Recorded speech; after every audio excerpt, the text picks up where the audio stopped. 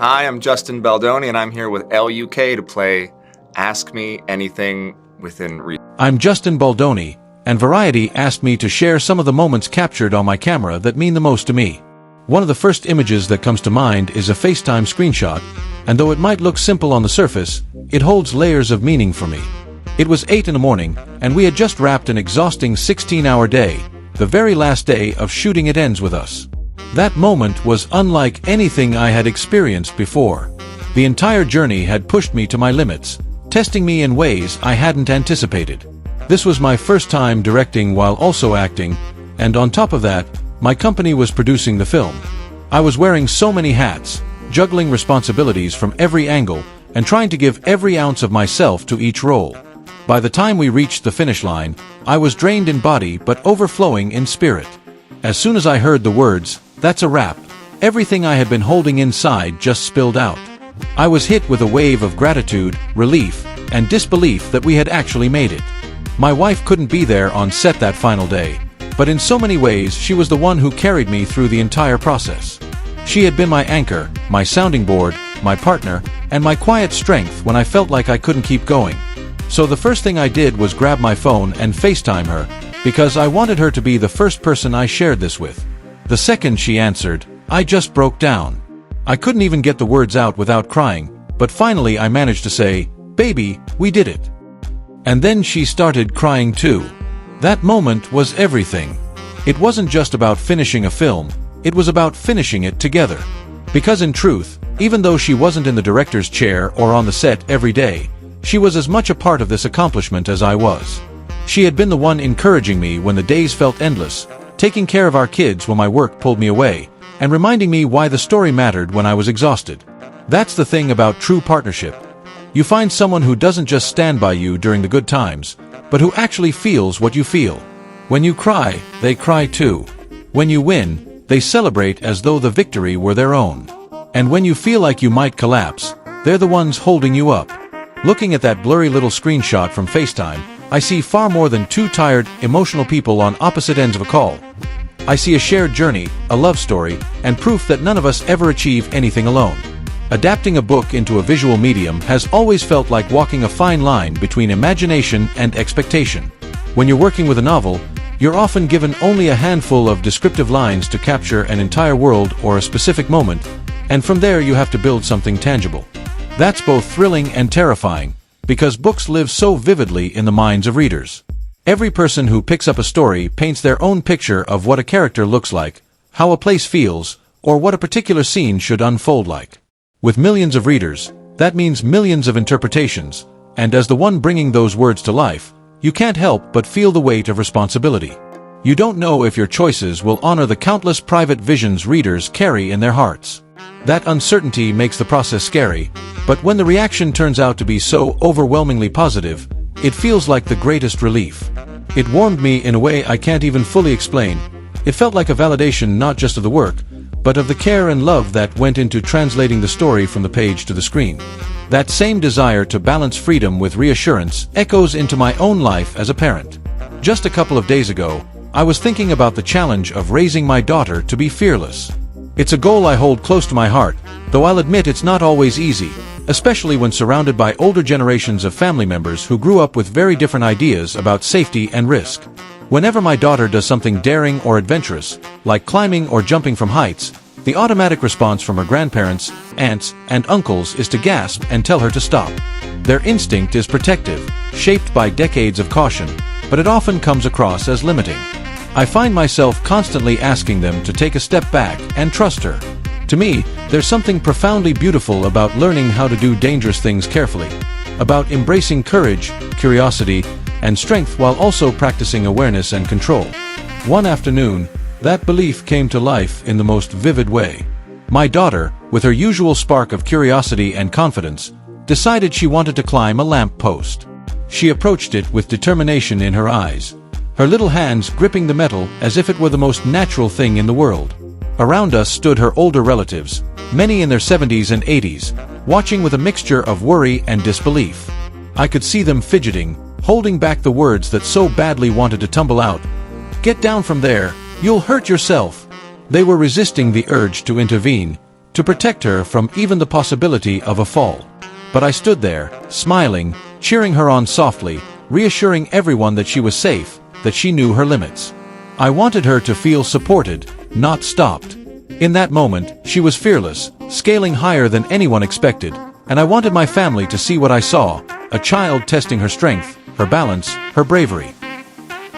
It struck me then that raising a fearless child isn't just about encouraging her, it's also about teaching the people around her to let go of their fears.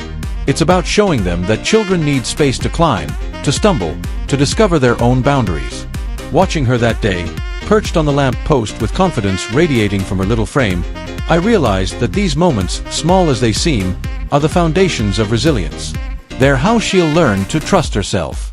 And my role isn't to shield her from every risk, but to stand close enough to catch her if she falls, while still letting her rise on her own. When my daughter finally climbed down, I wrapped her in the biggest hug I could give. She was glowing with pride, her face lit up by that feeling of accomplishment that only comes from doing something brave all on your own.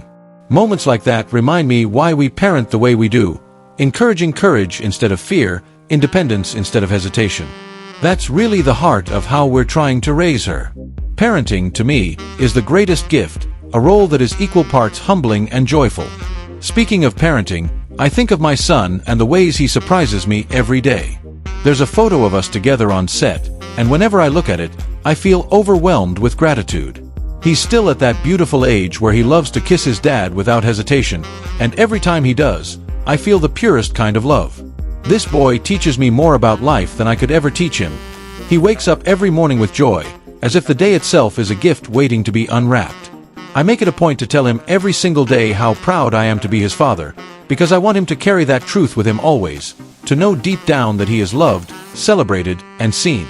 Life, of course, has its challenging days too, and I remember one in particular during the middle of filming.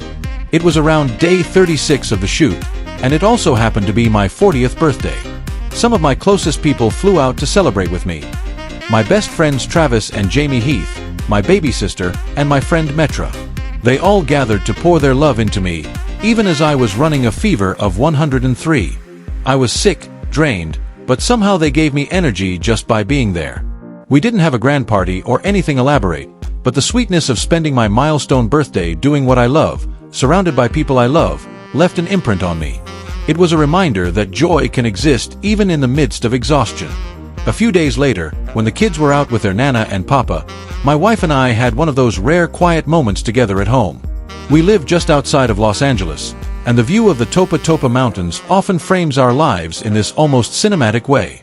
She was reading, and I was reading, and then she looked up at me while wearing this feral hat that I adore.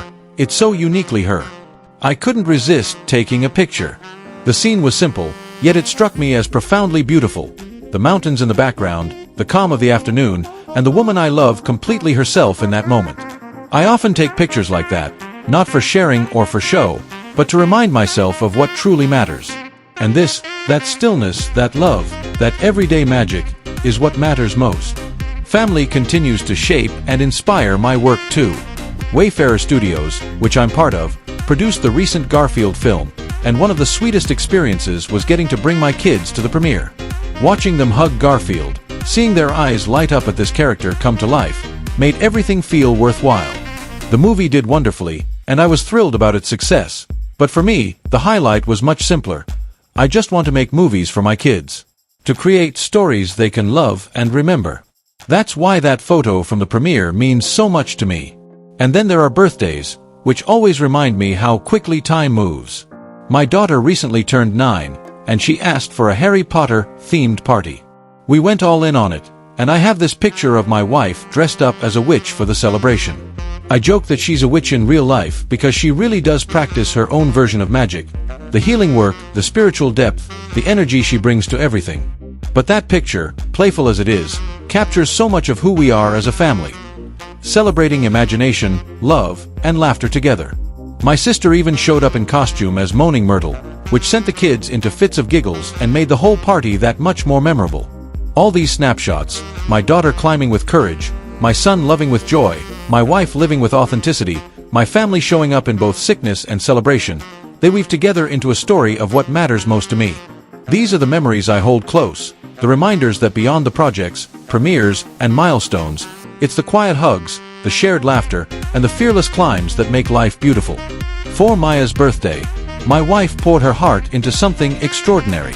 She spent days experimenting in the kitchen, determined to create a cake that wasn't just a treat, but something deeply personal and meaningful. She made it gluten-free, sugar-free, and dairy-free, not because it was easier, but because it mattered to us, and she wanted every bite to feel intentional. The cake wasn't just food, it was a labor of love, carefully molded into the shape of the castle from Harry Potter, the magical school that Maya adores. When we brought it out, Maya's eyes widened, her whole face lighting up as though she'd been transported straight into the wizarding world. Watching her joy in that moment, I realized it wasn't the sweetness of the cake that mattered. It was the sweetness of the love behind it, the way her mother had transformed flour, frosting, and imagination into something unforgettable. Not long after, my wife snapped another photo that tells its own kind of story. It was of my new assistant during what might have been the most unconventional job interview I've ever conducted.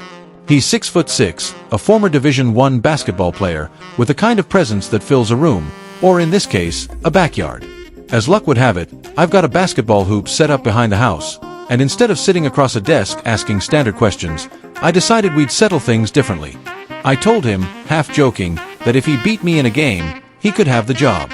What I didn't expect was how quickly he picked up on the moment, reading the humor and heart behind it. He played, but not too hard, letting me edge out the win. It was clever, good-natured, and exactly the kind of energy I wanted on my team. I hired him immediately. That photo captures not just the fun of the moment, but the reminder that work doesn't always have to be stiff or formal. It can be joyful, spontaneous, even a little ridiculous, and those are often the moments that define the bonds we build. Another chapter that stands out from that season of life happened around my 40th birthday. The day itself had been swallowed up by work. We were filming, editing, and pushing through the long hours that come with chasing a vision. As much as I love the work, I missed the chance to mark that milestone with the people who matter most to me. So, a little later, I carved out the space for something different. My closest friends, my producing partner Jamie, and my father all gathered for a men's retreat we designed just for ourselves. It wasn't about the noise of parties or the distractions of schedules. It was about carving out sacred time for connection, vulnerability, and renewal. There's one photo from that retreat I hold especially dear. Jamie dancing in the center, my dad nearby, and my other friends circling around, all of us caught in a moment of pure joy and freedom. When I look at that picture, I see more than just movement. I see friendship that has carried me through decades, fatherhood that has shaped me, and the reminder that celebration isn't measured by grandeur but by the presence of the people who know you best. That retreat was a gift to myself, a way of honoring 40 years not with applause or extravagance, but with laughter, honesty, and love. That men's retreat will live in my memory as one of the most profound experiences of my life. There were 11 of us in that house. Adam, Garrett, Lucas, my father, and a circle of brothers who each carried their own stories, scars, and hopes.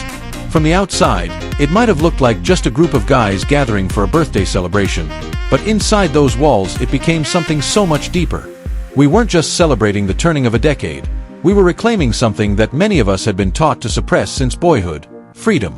That word, freedom, echoed through everything we did together.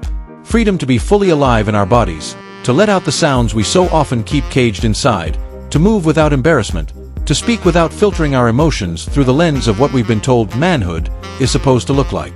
We live in a culture that too often tells men to silence themselves, to smile through pain, to grit their teeth and push forward rather than pausing to feel. But inside that house, with those 11 men, I saw the walls crumble. I saw men yelling, not at each other, but into the air, releasing anger that had been stored up for years. I saw tears fall freely, unashamed, as stories of loss, fear, and longing were spoken aloud. I saw laughter that shook the floorboards, the kind that rises out of your belly when you feel completely safe and completely seen.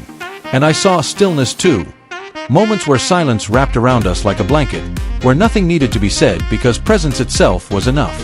For me, one of the most powerful parts of that retreat was sharing it with my father.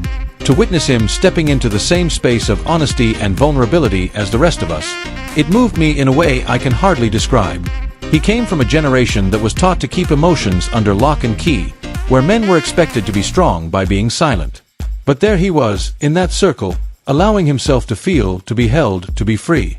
It was as though time folded in on itself, and I got to glimpse a version of him I had always longed to know, while also giving my own children a future where men no longer have to hide. That connection with him was a gift beyond words, a breaking of generational chains, a rewriting of what fatherhood and manhood could look like. Looking back, I know that's why I say it was the best birthday of my life. Not because of the number, not because of milestones or candles on a cake, but because I was surrounded by men who allowed themselves to be human, fully and unapologetically. It was the gift of freedom shared, freedom embodied, and freedom passed down, from friends to brothers, from father to son. That experience was less a celebration and more a transformation, one that will echo in me for years to come. Only a couple of days after returning home, I was reminded again of the thread that ties my life together: love. My wife was preparing to leave for England to attend a women's retreat of her own, and in the middle of her packing, I snapped a photo of us. It's one of those pictures that holds an entire story inside it. In it, she is folding into me, her face pressed against my beard, her tears softening the moment with their weight. Her hand rests firmly against my chest, over my heart, and in that one simple gesture, everything about our relationship is captured.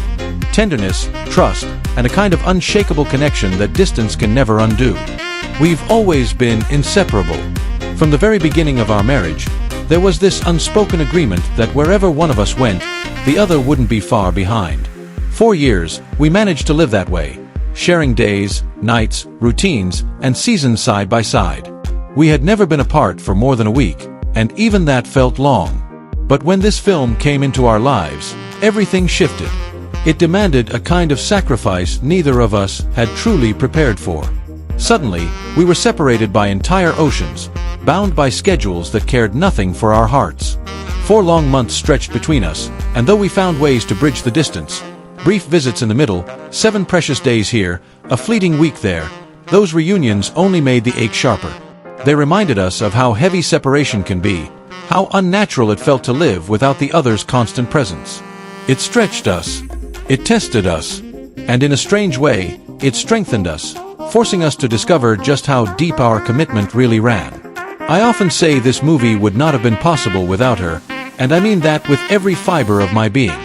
While I was on set, pouring myself into the work, giving everything I had to the story, she was carrying a different weight, an invisible weight that was no less heavy. She was the one holding our family together, nurturing our children, and keeping the pulse of home alive. She wasn't simply supporting me. She was building the foundation that allowed me to stand at all. Every frame of that film carries her fingerprints, though you'll never see her name in the credits. It is marked by her sacrifice, her patience, and her love. And that photograph, the one of her clinging to me with tears in her eyes, is living proof of it.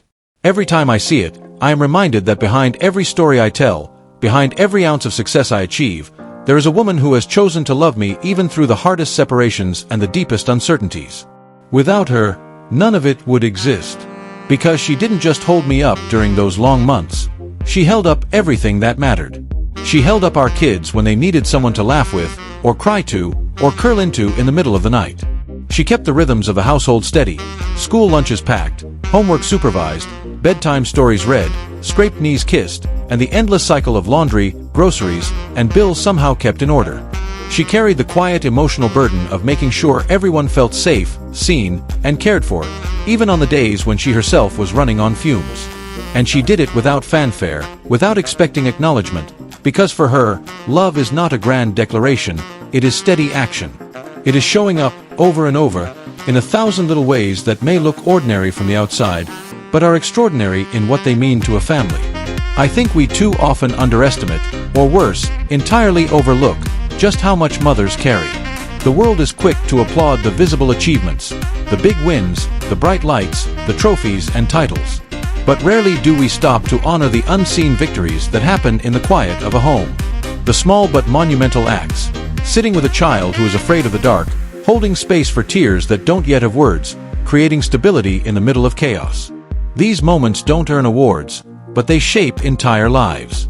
And my wife lived out those victories every single day I was gone. She didn't just keep the ship afloat, she steered it, steadied it, and made sure that when I finally came home, I was returning to a place that was whole. That's not just supportive, that's heroic. The truth is, None of what I do would be possible without her. I may be the one out in the world chasing big dreams, but she is the one who makes those dreams sustainable. She is the one who reminds me, often in the gentlest ways, that success means nothing if it comes at the cost of connection. She grounds me when I drift too far. She believes in me when I doubt myself. She loves our children with a depth that humbles me, teaching me every day what it means to give selflessly. If I am able to step into my work with passion, it is because she has created the sacred space for me to do so. She is the anchor to my wandering, the quiet strength behind every loud accomplishment, the steady heartbeat of our family. And if I am honest, she deserves far more credit than I could ever give her. My name may end up on the posters, but the life we've built, that is hers as much as it